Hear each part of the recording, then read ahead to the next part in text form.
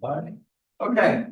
Welcome everyone to this CIE lecture, part of the CIE lecture series. I'm very happy to introduce Dr. Chris Millora. He's going to give a talk on bureaucratic literacies, community volunteering and social change in the Philippines. Chris is a lecturer in educational studies and head of the program for the MA of Social Justice in Education at Goldsmiths University. He researches the links between youth learning, literacies, and social justice, particularly in global South contexts. His most recent research, Literacies of Dissent, Learning, Youth Activism and Social Change, explores the literacy and learning dimensions of youth and student movements in the Philippines and Chile. And this was funded by a very prestigious Leverhulme Trust Early Career Fellowship. Previously, Chris was a senior research associate on the UKRI GCRF funded project on family literacy, Indigenous learning and sustainable development, and was lead researcher for the commissioned UNV State of the World's Volunteering Report 2022. He was also the chair of the British Association for Literacy in Development between 2021 and 2024, an academic associate with the UNESCO Chair in Adult Literacy and Learning for Social Transformation, University of East Anglia. He has a PhD in Education and Development and an MA in Lifelong Learning. And apart from all those lovely academic achievements, Chris is also a wonderful human being. Very gentle, very kind, very warm person who I've engaged with over the last few years. And he reviewed our recent Pluto Press book, Laboratories of Learning. And we've spoken on a range of panels recently on issues around popular education, youth activism, etc. So it's really wonderful to have you here. Better to have you online, better to have you face to face the next time we invite you. But thanks so much for giving up your time to come and talk to us. We really appreciate that.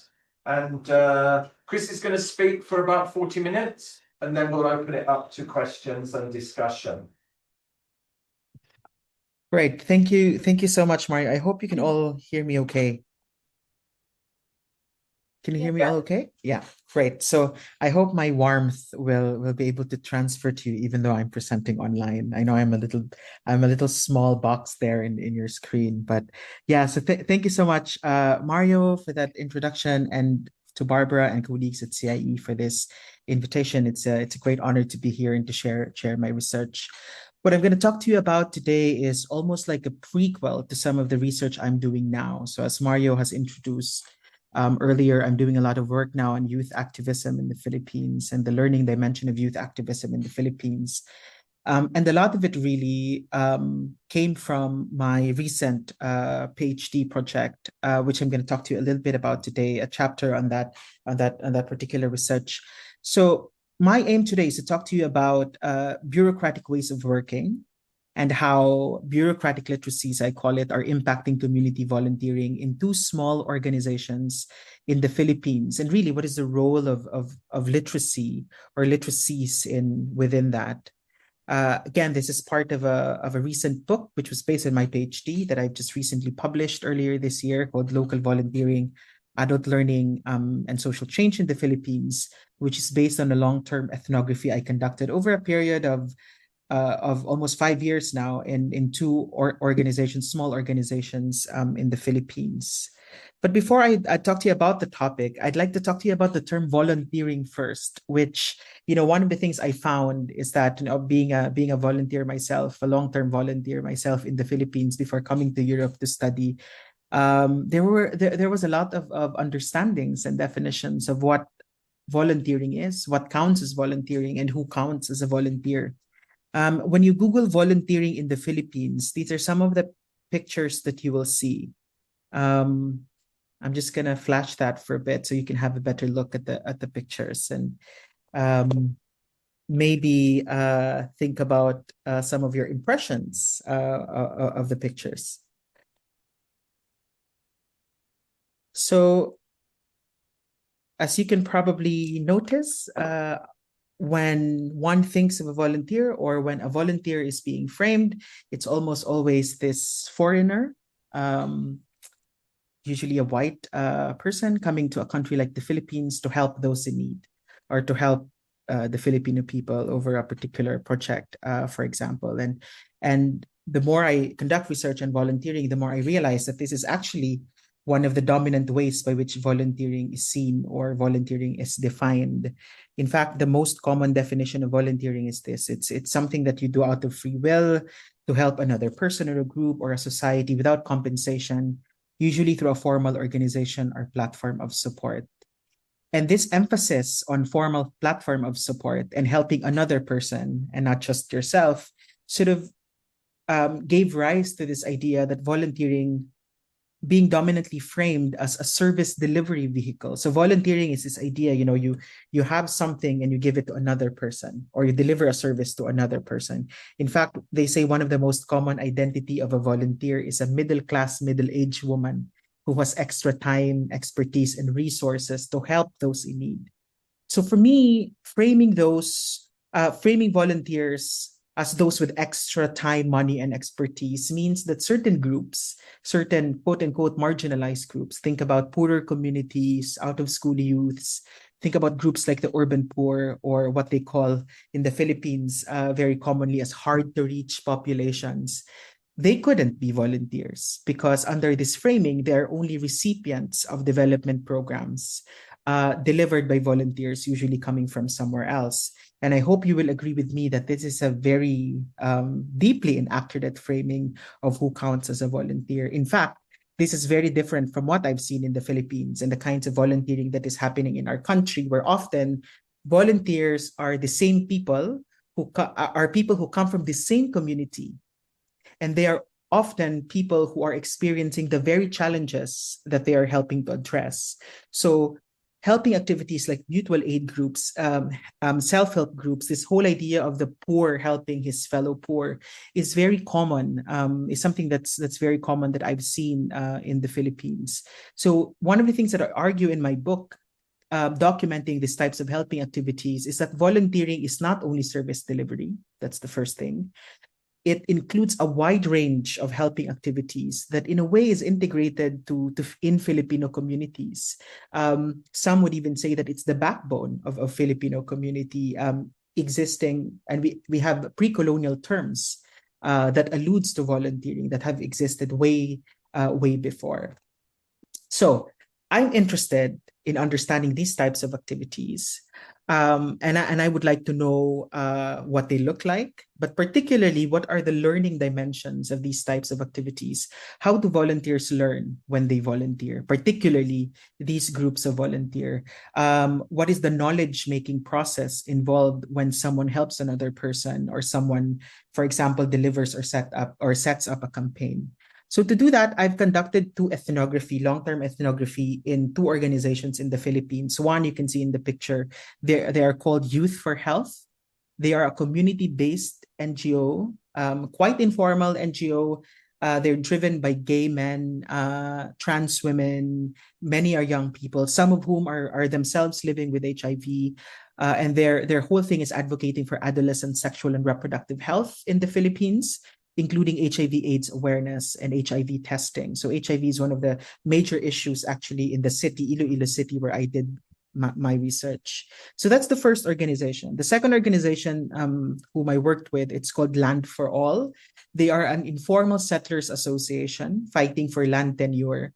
They're formed by 49 households who, when I started my research with them in 2017, they were evicted from a piece of land that they've been living in for 7 decades. And then, so what they did is, instead of just leaving, basically what they did is they came together. They were led by 7 amazing volunteers to participate in what was called the Community Mortgage Program, which is a program in the Philippines where they can purchase a land as a community, mortgage it, pay it for in a period of 25 years, and later own the land. So it's basically a pathway for land tenure. So those are the 2 organizations that I'm gonna speak about today, as the basis of my research. So as I continued my work with them, I kind of realized that both organizations did not exist in a vacuum. While both of them are really informal, community-led grassroots organizations, more often than not, more often than I expected, actually, they had to deal with what I described sort of this bureaucratic institutions as part of their volunteering.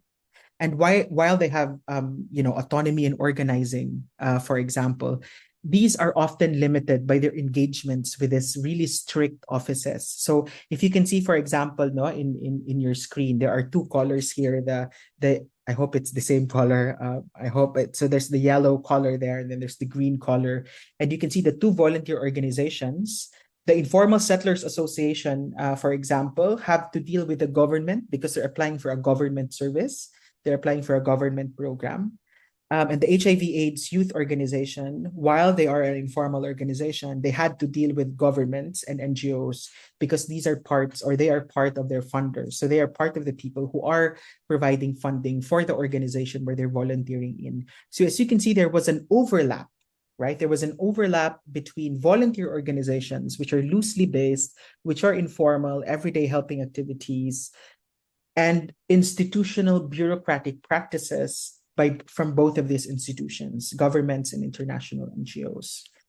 So my interest then, I wanted to understand what happens when these different groups with different institutions, if you like, different organizations, what happens when they clash, and what happens when they overlap, or their ways of working would overlap, and what is the role of literacy practices, as you can see in the bottom of the screen. What is the role of literacy practices in that?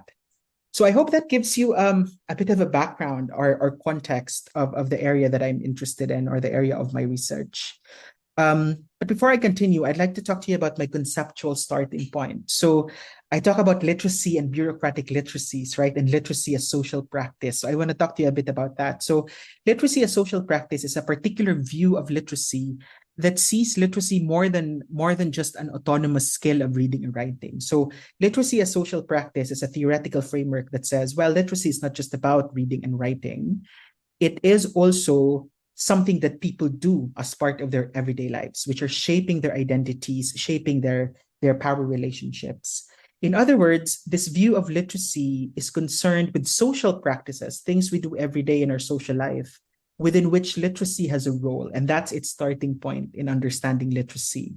This includes, for example, literacies in mundane activities, right? Like when you follow a recipe, or reading bus signs, and filling out application forms. And often, there are some people who say we're not able to go to school, right, and might be considered illiterate or non-literate by institutionals or by education systems, but actually they can read recipes because they've been cooking for a long time, or they can read bus signs because they use that when they go home, etc.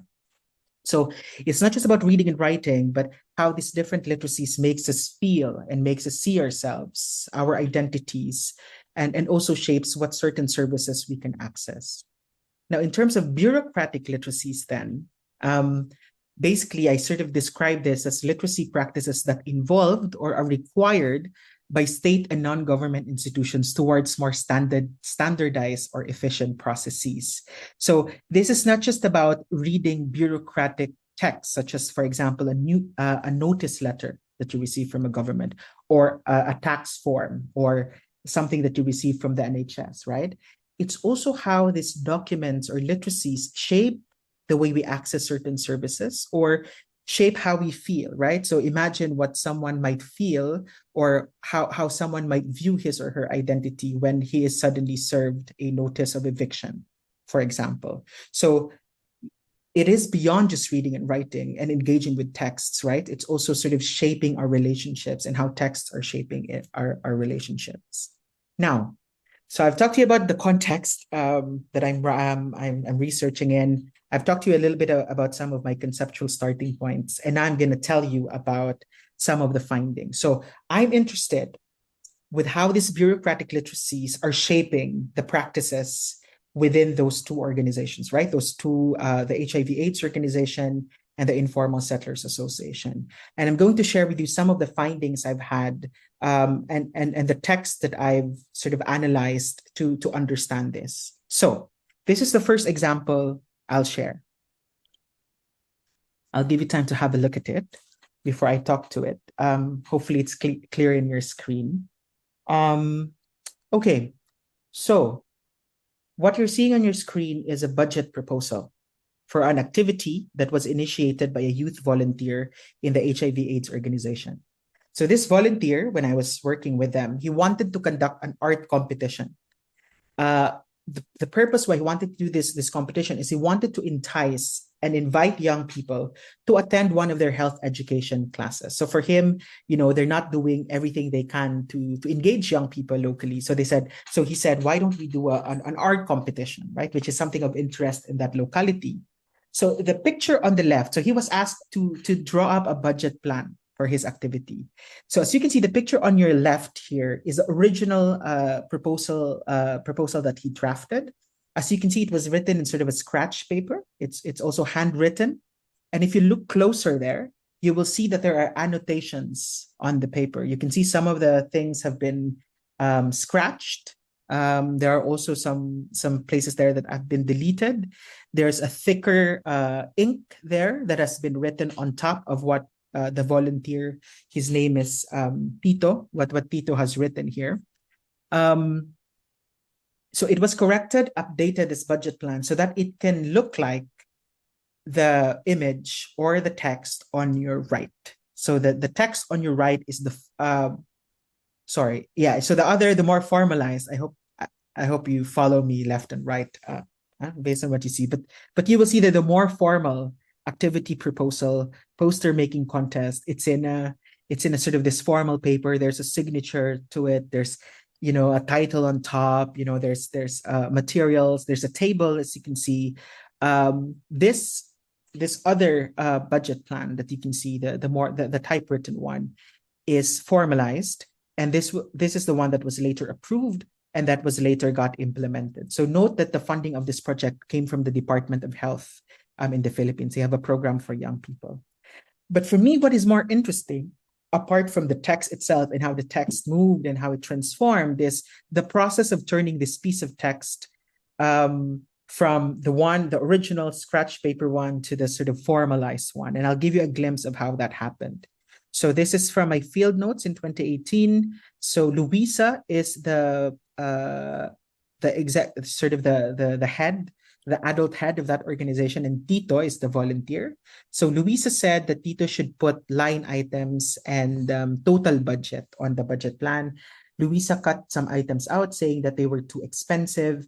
Tito took the list with him and the request for purchase, which is a document that he, again, tried to engage with. And then he went to the nurse, Myra, and saw that he did not place any item for food. So Myra said, and I was noting this down, you should increase the budget for food and then you can just buy cheap ones later so that we can buy for many. These are just estimates anyway. Tito was also reminded that the main goal is to deliver the adolescent health lecture, so the art contest is just a background activity. So really what we're seeing here is not only text co-production, right? This is a way within which different people, so Luisa, Myra, and Tito, the volunteer, have different, in a way, power relations, and they were bringing different textual ideologies to creating this document. So, there is one way of writing that is favored, that is the more formal one, more favored than the other, which was the original one. But in the process of co-creating this text with the staff members, Tito was also introduced to dominant ideologies of what counts as acceptable practice, right? So for them, he was told, well, it's okay to inflate the budget, right? He was taught strategies on how to help secure approval of this budget plan, right? He was advised to increase his declared amount so they fit the budget caps, because according to Myra, these are just estimates, and was asked to over-allocate money for food expenses so they could feed more people, even though they only, Tito only wanted X number of participants there. Later, he was also made aware that 50% of the budget should be allocated for food. For some reason, we really want to feed the participants, right? So there was crossing out of expensive art materials, even though the activity was an arts contest. And he was also reminded that the activity's success was not dependent on how it was organized, but more importantly, on the size of the audience. So they really wanted to have as many people there as possible because, of course, they wanted to deliver the numbers to the Department of Health. So there was a clear clash here for me between Tito's expectations and aspirations of the activity, i.e., focusing on the arts contest component as a way to engage young people, versus the NGOs or the organization's aims of focusing on the numbers generated so that they can report back to their funders. So for me, this is a way of engaging with text that has a learning component. So this is one of the ways by which a person like Tito, a young volunteer like Tito, is learning certain ways about development or about NGO work through volunteering. And in a way, they were not only regimenting Tito's language or how he's speaking and how he's writing, but also he is being introduced to a certain way or a certain culture of working.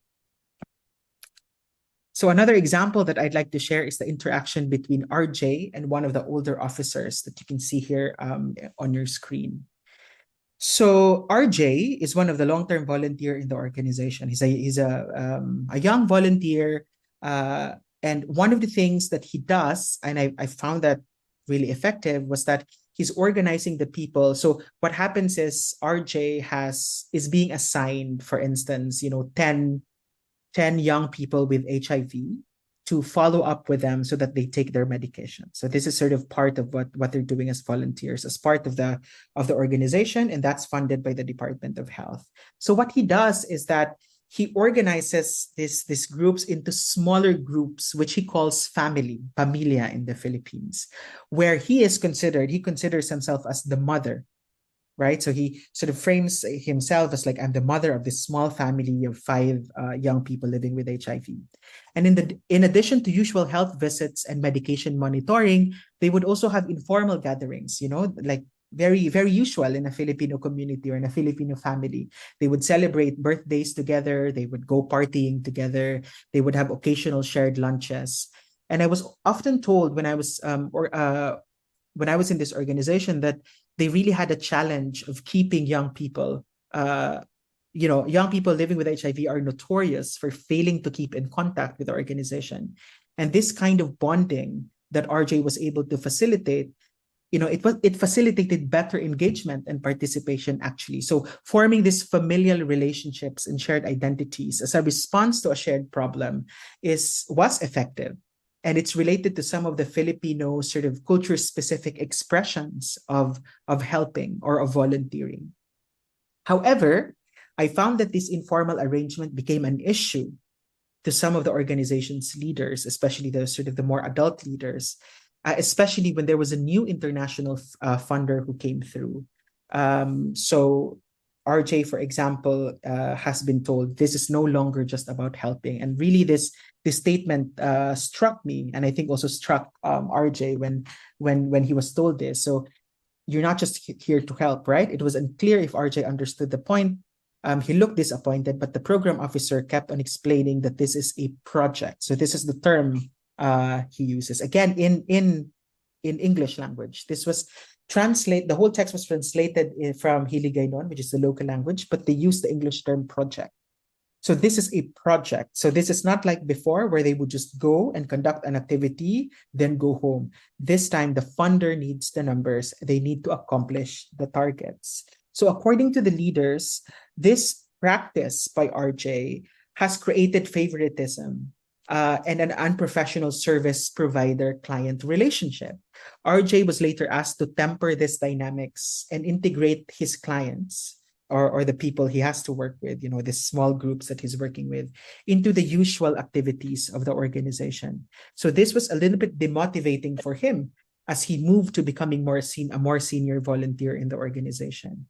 And he was often, being called out for posting complaints about the management on Facebook or wearing the organization's office t-shirt outside duty hours because these violate the project funders' codes of practice. So for me, this is an example of a volunteer who came there, wanted to have this helping activity, but actually he is now being introduced to a very bureaucratic and very institutional way of working that have shifted his expectations. of what it's like being a volunteer in this organization. Okay. So another example I'd like to share is some of the texts that have been created by the volunteers themselves. So often when we think of bureaucratic texts, think of pro formas, for example, notice letters, certifications, etc. They often come from outside organizations, and then they are encountered within organizations. But another interesting aspect that I found as I was sort of volunteering and researching in this both groups is that they started to create their own bureaucratic texts that seem to accomplish, some very, very, very similar aims as with bureaucratic texts coming from outside. So on your screen is a notice letter. I will discuss this in a bit of detail later, but this notice letter was not a requirement by the government. So remember, this was with the Landless Peoples Informal Settlers Association, who's applying for a government program to buy a land together. This was not a requirement by the government. This is something that the volunteer leaders, I call them, created themselves. Okay, so this is something that it was their initiative. So let's look at this closer. First of all, the letter, so I just zoomed a part of it a little bit. So first of all, the letter is in English. A lot of the association members speak English. They could probably more or less understand English. But as you can see in the way this text has been written, it's that there's a lot of legalistic speak, so terminologies like land survey, amortization fee, mobilizer fee, etc., which for me required explanation. So I think it's really challenging, even for me, when I was reading it, it became really challenging to understand all of the legalistic speak here. I would also like to focus on the document's emphasis on what happens, or what are the impacts of non-participation or non-action for the members of this association. So remember, they are a group of 49 households, right? Led by 7 volunteer leaders. The volunteer leaders then now created this document to tell their members, and basically give them a notice letter to say, this is what's going to happen to you if you don't participate in our activities.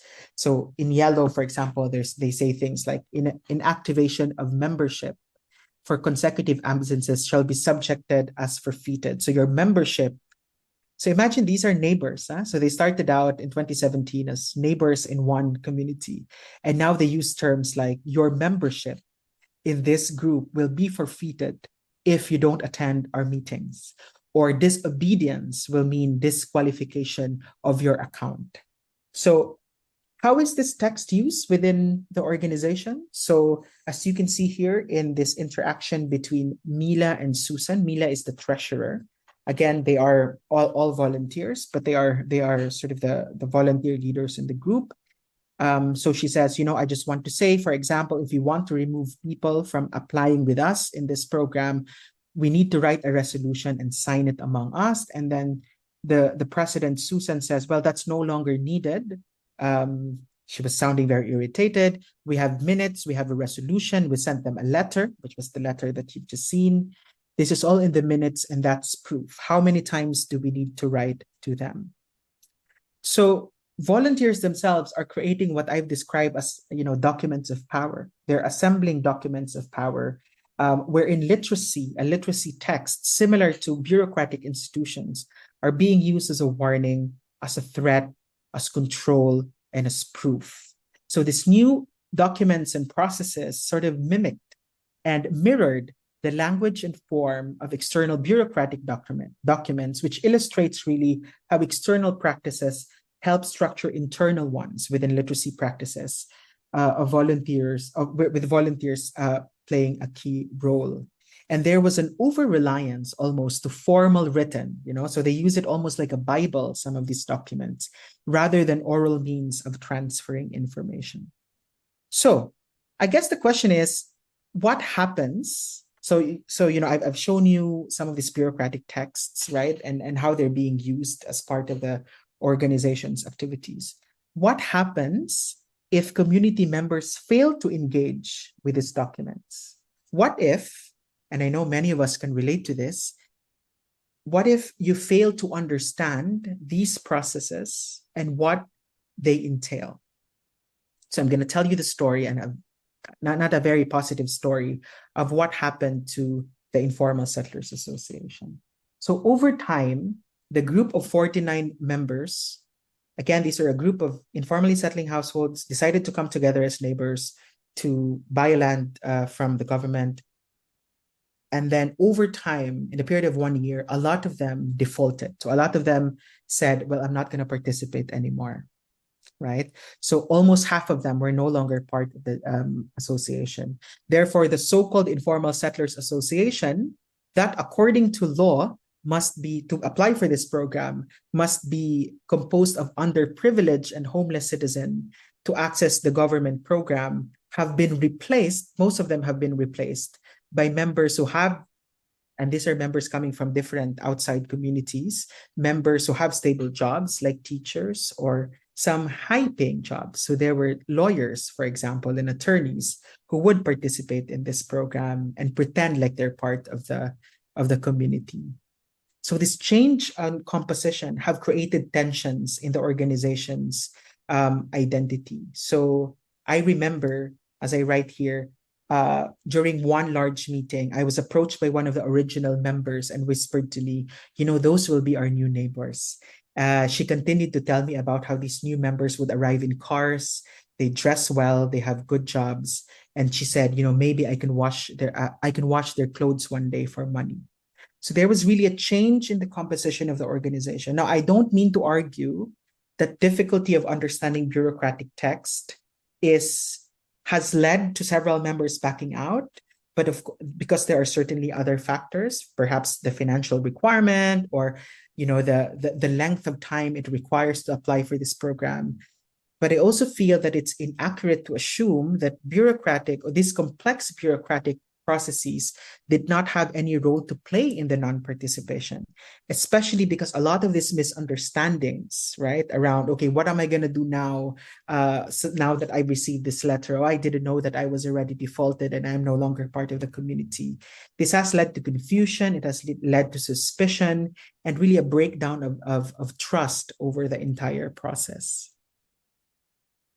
So I'm about to wrap up. And really share with you some of my reflections around what does this all mean, really. So one key learning, we can take away from the data that I've just presented is that often volunteers in organizations, I'm talking about volunteers in the Philippines in this particular context, right? They come in these organizations with certain expectations of what community organizing looks like and what it means to be part of a community or a group of volunteers who are fighting for a particular cause. They are not just passive participants of these organizations. They are affected and in turn affect organizational culture or the ways of working in these groups.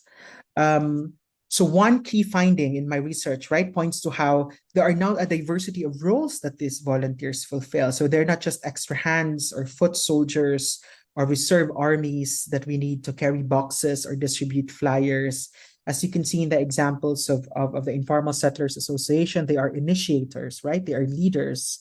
In the example of the HIV/AIDS organization, these groups are advocates. They are campaigners. They are activists, and they are integrated into sometimes the governance system of even the most formal organizations. As such, they are impacted by organizational culture and that they are shaping as well this organizational culture. So for me, the dominance of some of these bureaucratic literacies offer us an alternative imaginary as to what volunteering could be like and what is expected of a volunteer, what sort of relationships would ensue or what would be facilitated.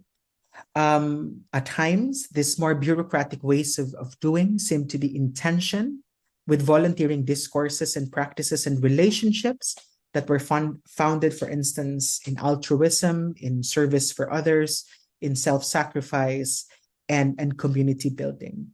And I guess from a learning perspective and from a literacy perspective, right? I mean, often the volunteers themselves tell me, well, often you can't really avoid these bureaucratic processes, Chris. We need to sort of engage with them because we have funders, because we have to work with the government. And then I think sort of from a teaching point of view or from a education point of view, I always ask myself, who has the role of the mediator?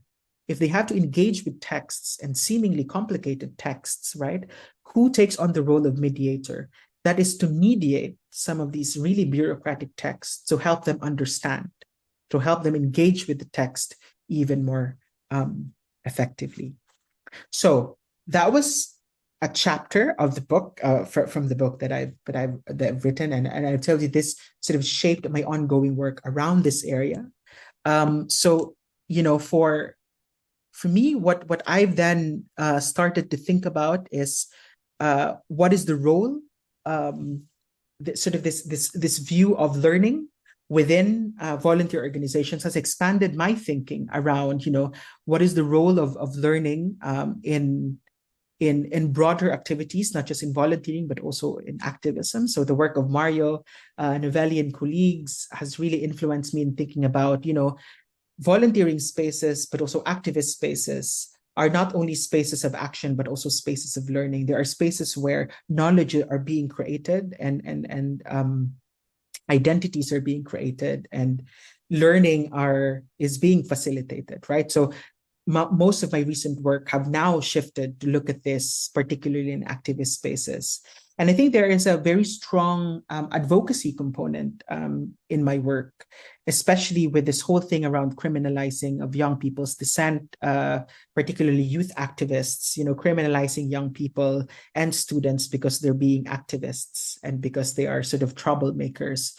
One of the arguments I am making is that activism is not a distraction to academic life, but it's actually part of academic life. It is part of the academic experience or the educational experience that young people and students get to question existing power inequalities and existing power relationships. So these are some of the reports I've written over the past couple of years around this area with the Global Campaign for Education here and also with a Norwegian NGO. And currently we're working on a new project that's looking at university protection of student activists.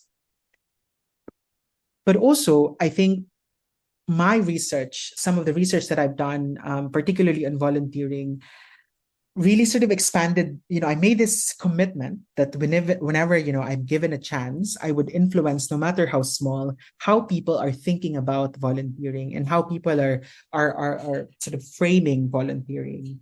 And thinking about how some of these findings could actually inform policy debates. So these are some of the stuff that I've written in that area. In 2021, I was commissioned by the United Nations volunteers to revise their decade-old framework on volunteering and update this. So this has been, 10 years ago, they created this framework towards volunteering, and then they've asked me to write this new paper on volunteering practices in the 21st century to think about, how is volunteering or understanding of volunteering changing, and do we need a new framework to think about volunteering? And then I said, yes, of course we do.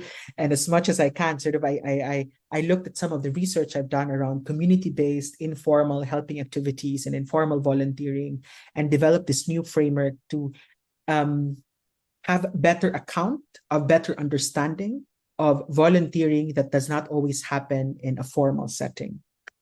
I've also published reports with NGOs and think tanks, thinking about, how do we understand volunteering? What is the role of volunteering towards inclusion or towards inequalities, etc. I thought I'd end my talk here because I know that CIE has a very strong commitment to working with NGOs and practice-based organizations to see how research could help shape policy debate. So I thought this was sort of a good way to link that ethos as well, because this is something that I've also tried to do in my own work. Okay, you probably are tired listening to me, so I'll end here. Yeah, thank you very much, and I'm happy to answer any questions if you have. I mean, lots of food for thought, I think, in there, from the definitions around volunteerism to power, issues of power and the translation of power through bureaucracies, the role of literacy, definitional things around how volunteering is framed. I think we're going to wrap up now. So just Perfect. thank you very much, Chris. A really great talk, really great questions. And again, next time we'll invite you back face to face, and There you go. we'll take you out for a nice lunch. Okay. So thank you very All right. much. Thank you so much. Thank you. Thank you very much, everybody. Okay. Bye. We'll put the video online. We'll put Yeah. the recording online, so hopefully we can encourage other people to see what was a really great seminar. So thank you so much. Thank you, Thank Chris. you so much. Thank you. Thank you so Bye. much. Bye.